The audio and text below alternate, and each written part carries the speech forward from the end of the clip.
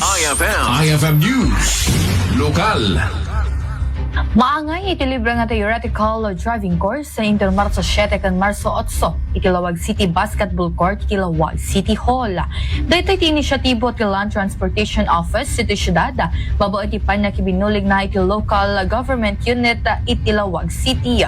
Tinasaw nga aktibidad kat marong iti oras si alas 8 ti bigata aging ganay ti alas 5 ti maloma. May naik iti raytoy in palagit ti Land Transportation Office ay kasapulan nga atendaran na iti aplikante ido ang aldaw tapno maalad ang matlaang ti certificate dagitoy.